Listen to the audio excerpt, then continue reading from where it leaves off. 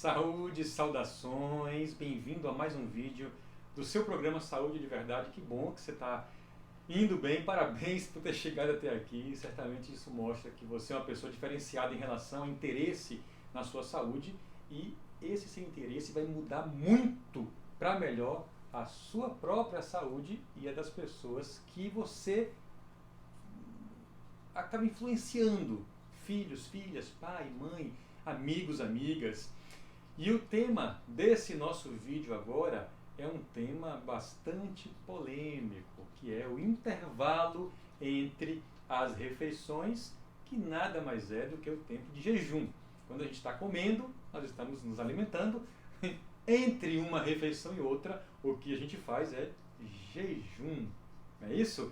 E, como imagino que você sabe, esse é um dos assuntos mais discutidos quando o tema é alimentação, e o Saúde de Verdade tem esse tópico como algo central, porque faz muita diferença para você entender e aplicar utilizando tudo que tem de bom nesse intervalo de tempo em relação ao seu hábito alimentar. Mas como é polêmico, eu tenho certeza que vai bombar aqui de comentário e de pergunta. Então não esquece, aqui embaixo do vídeo tem um espaço para você interagir comigo e com a Gabi Fidelis durante e depois de você assistir o vídeo. Então não economize comentários, vá lá e fale o que você acha, fale o que você concorda, o que você discorda. Tudo isso nos interessa demais. Então, feito essa breve introdução, vamos lá, vamos falar sobre intervalo entre as refeições. E aqui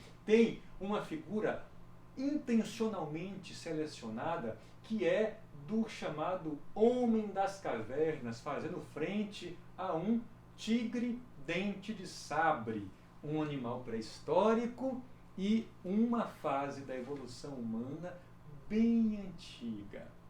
Nesse tempo, antes da Revolução Agrícola, o ser humano era essencialmente um caçador. Era um caçador e um coletor. E o que é que isso tem a ver com o assunto alimentação que estamos falando? Tem a ver que para caçar e para coletar é necessário se movimentar, se deslocar, gastar energia. Nessa época, o ser humano era nômade, lembra? Ele não tinha uma residência fixa, ele precisava se deslocar no seu território, sempre buscando alimento ou fugindo das ameaças. E isso fazia com que, na fisiologia, no dia a dia normal do homem e da mulher daquela época, intervalos entre as refeições fossem os mais variados possíveis, com uma tendência óbvia de serem grandes intervalos.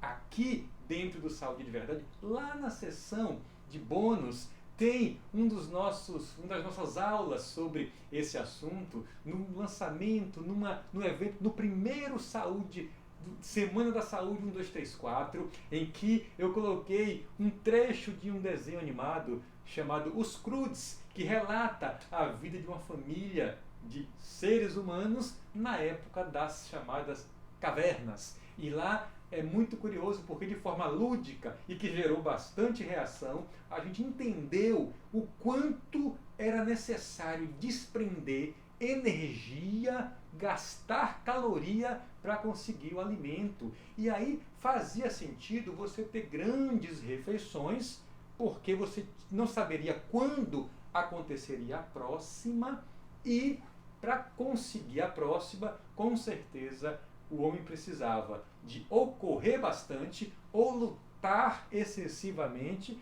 ou escalar árvores, paredões, e toda essa energia gasta era reposta na forma de açúcares, gordura e proteínas, vitaminas, oligoelementos, tudo que estava na natureza de uma maneira como a nossa natureza, a mãe natureza o fez. O alimento, além de ser escasso, além de demandar muito esforço para ser conseguido pelo ser humano, ele não tinha nenhuma ação do próprio homem. Toda a comida daquela época era a chamada comida de verdade. Não existia nenhuma deturpação. A proteína era proteína, a gordura era gordura, o açúcar era açúcar e, além disso, para conseguir esses nutrientes, tinha que se suar, tinha que se ralar bastante. O que é interessante e curioso é pensar que mais ou menos 8 séculos antes de Cristo houve a primeira grande revolução na história da humanidade, que foi a Revolução Agrícola. Nesse momento, o homem, dominando o fogo, dominando técnicas de cultivo, passou a plantar boa parte do alimento, podendo deixar de ser nômade, passando a ser sedentário. E nesse momento, sedentário era um termo que apenas significava não ter que mudar de região de moradia. Sedentário acabou com o tempo tendo um significado ruim, e a gente fala sobre isso lá no módulo de exercício físico. Mas para voltar à história, tá? 8 séculos antes de Cristo, o homem passou a plantar boa parte do alimento e passou a criar animais que pudessem ser fonte de proteína para ele. Isso mudou completamente a história e, ao longo desses séculos, vários hábitos, várias culturas, várias crenças foram sendo incorporadas, mas a grande diferença a partir desse momento é que o nível de energia gasta para conseguir o alimento se reduziu drasticamente. E o ser humano passou a poder programar as suas refeições de maneira mais previsível e com um intervalo menor do que fazia antes da Revolução Agrícola.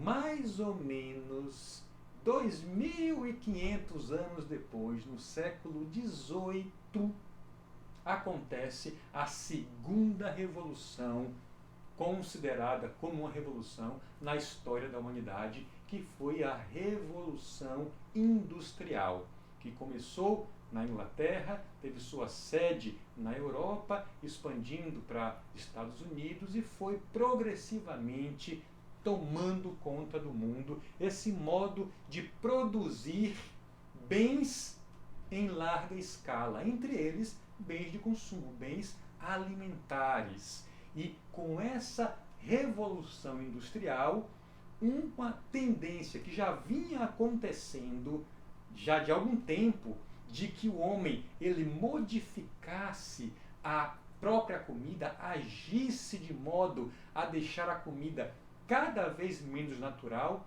acabou ficando muito mais evidente quando os alimentos passaram a ser processados, passaram a ser industrializados, enlatados e empacotados.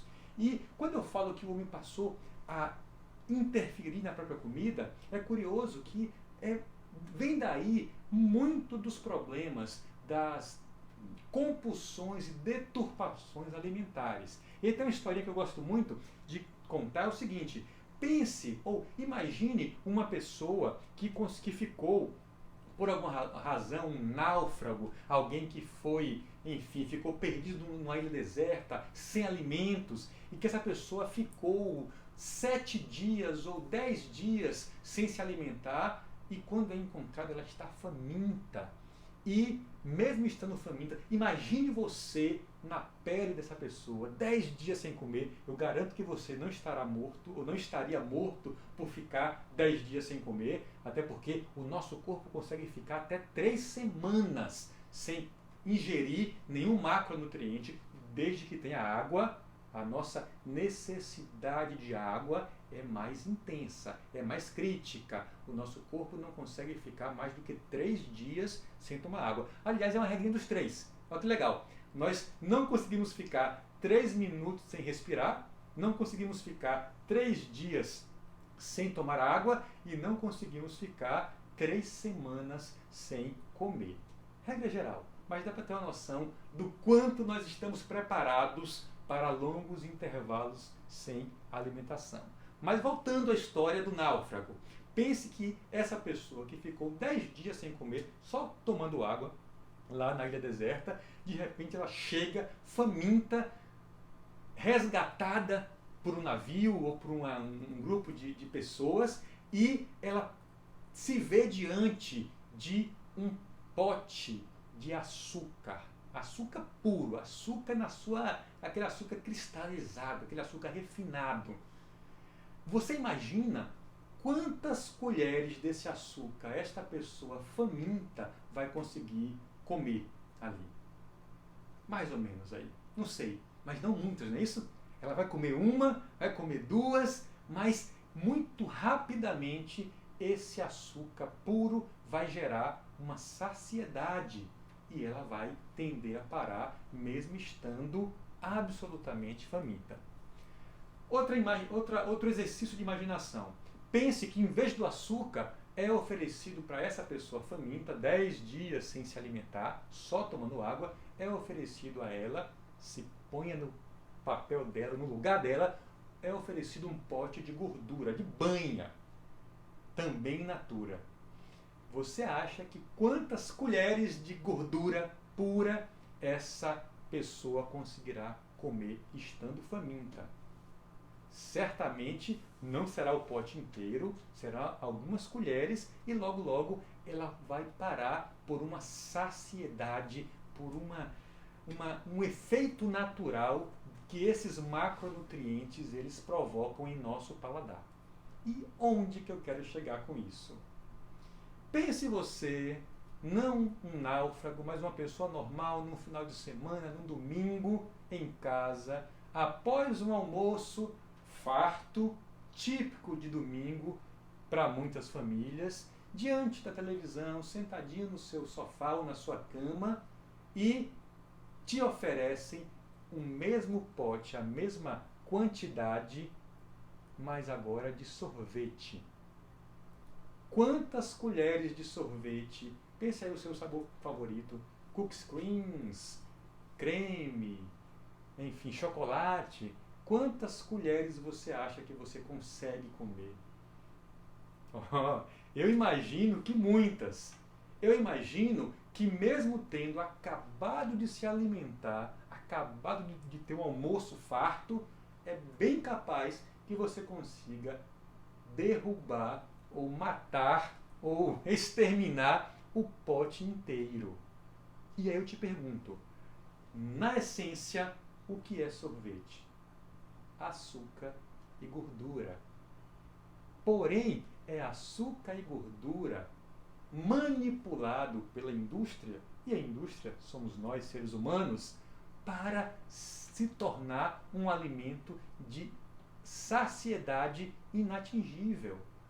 O sorvete é um tipo de alimento, existem outros que a gente pode comer mesmo sem ter fome. Ainda mais se, ao ingerir um alimento modificado, industrializado e que tem uma carga de açúcar muito grande, que gera um pico de glicemia imenso, que requer que o nosso pâncreas produza muita insulina, e a insulina ela consegue baixar esse açúcar, mas deixa uma vontade, uma necessidade de mais açúcar, você vai comer bastante e vai querer cada vez mais de forma infinita. E é isso que eu falo, que é um dos problemas da nossa relação hoje com o nosso alimento, é porque, além de a gente ter evoluído da época em que caçávamos e corríamos e lutávamos para comer alimentos escassos, hoje nós temos uma grande quantidade de alimentos à nossa disposição e alimentos que são deturpados, que não são alimentos de verdade.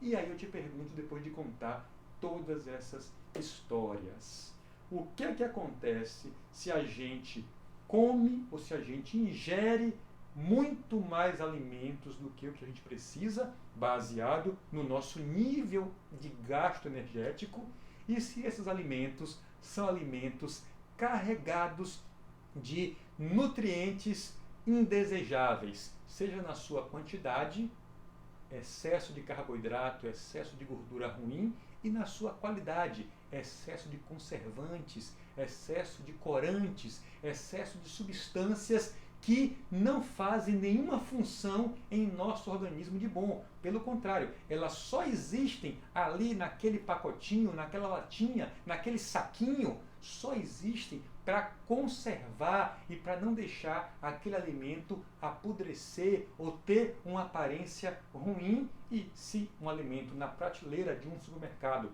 se ele tem uma aparência ruim, ele não será comprado. A pergunta é, quanto daqueles alimentos que a gente compra no mercado e que vem em latas, em caixas e em pacotes, eles têm substâncias que não são as vitaminas que eu falei no vídeo anterior, não são os oligoelementos que eu falei, são até proteína, gordura e carboidrato, mas não são os melhores, não são na forma que geram mais saúde. O que acontece se a gente come repetidamente, várias vezes por dia, esses alimentos, que por definição já são causadores de doenças, já geram inflamação em nosso corpo, no intestino, em nosso sangue, em nosso coração, em nosso pâncreas. Além disso, além de fazer mal por si só, você ingere numa quantidade excessiva. O resultado, pessoal, é doenças crônicas perfeitamente evitáveis, sobrepeso, obesidade, e é isso que está acontecendo com mais da metade da população mundial.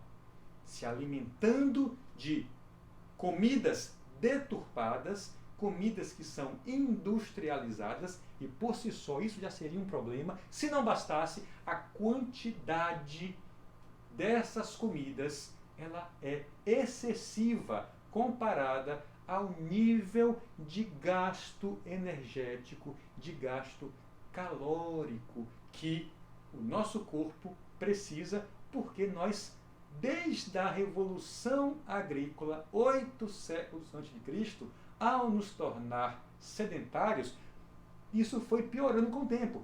Pelo menos naquela época, nós tínhamos que plantar as sementes, nós tínhamos que limpar a plantação da erva daninha, nós tínhamos ainda que recolher os animais. E isso acontece hoje nas pessoas que moram na zona rural. Tem gente que o nível de trabalho é um nível que gera uma demanda, um gasto energético ainda razoável. Mas e se você, como a maioria de nós, mora na cidade, se você não precisa plantar o próprio alimento, se você não precisa subir numa árvore para colher uma fruta, se você não precisa sequer andar ou correr até o seu trabalho, se você não precisa sequer subir ou descer de uma escada para você poder viver, se tudo isso é feito por carros, elevadores, controles remotos, e se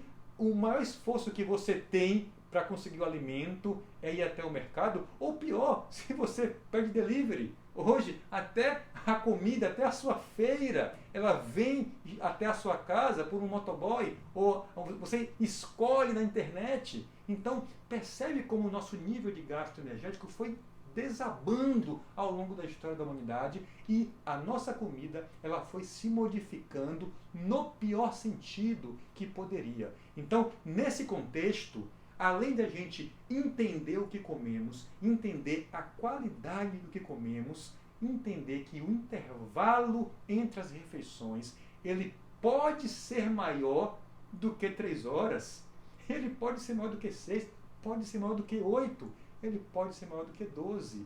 E isso, pessoal, nada mais é do que o estilo de vida chamado de jejum intermitente. E que, quando é dito, chega a ofender muita gente. Porque as pessoas associam o termo jejum com pobreza, com escassez, com doença. A pessoa doente não come, então quem não come fica doente. Então, o nosso corpo, ele resiste mentalmente e fisicamente à ideia de prolongar o intervalo entre as refeições. E isso é cultura, isso é uma crença limitante que a gente tem. E não é mentira que as pessoas, muita gente que começa a entender que aumentar o intervalo entre as refeições pode sim ser uma boa estratégia de controle de peso, de melhoria da saúde, de melhoria da produtividade. Jejuar é uma forma de aumentar o foco. Imagine, se você é um trabalhador, se você trabalha numa empresa, se você tem coisas a fazer durante o dia, você já come e não faz o jejum, se você come de 4 em 4 horas, de 6 em 6 horas, de 8 em 8, é como se a sua agenda do dia já começa com 3 compromissos, com 4 compromissos. E a pergunta, será que você precisa tomar o café da manhã só porque o dia amanheceu, só porque o sol raiou, independente do que você comeu ontem à noite? E se por alguma razão a sua refeição do dia anterior ou da noite anterior, ela foi uma refeição mais abundante em carboidrato, em proteína e gordura, mesmo que tenha sido, espero eu, comida de verdade, comida não processada, comida não industrializada. Então, se a quantidade foi excessiva, quem falou que só pelo fato de que deu 7 da manhã, você precisa se alimentar de novo? E se você tomou café da manhã, fez o seu desjejum, como é dito, quem falou que só porque deu meio-dia ou 1 da tarde é hora de comer de novo?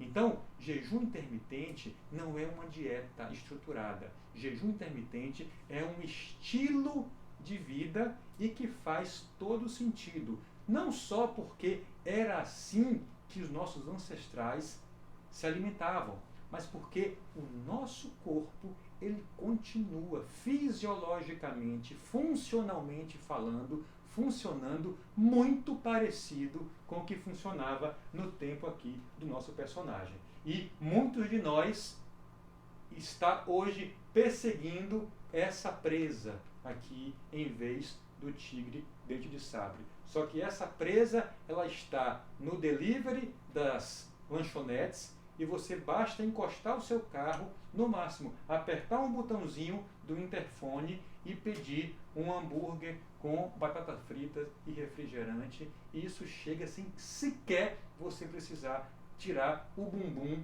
do estofado do seu carro. Então, tem muita coisa que nós podemos, devemos e vamos falar aqui para você, que está de modo diferenciado, de modo proativo, dentro do nosso portal, do nosso curso Saúde de Verdade, sobre hábitos alimentares. E além da quantidade de comida por refeição, o intervalo entre as refeições faz todo sentido de ser uma variável na equação, se você quiser se sentir melhor, mais bonito, mais bonita, mais magro, mais elegante, mas principalmente mais saudável. Então, no próximo vídeo eu vou falar sobre vantagens e desvantagens, porque sempre é assim na vida, do jejum intermitente, e você vai entender que não é apenas uma questão de emagrecer, é uma questão de se tornar mais saudável e, consequentemente, viver mais e melhor. Saudações de saúde para você. Te vejo no próximo vídeo.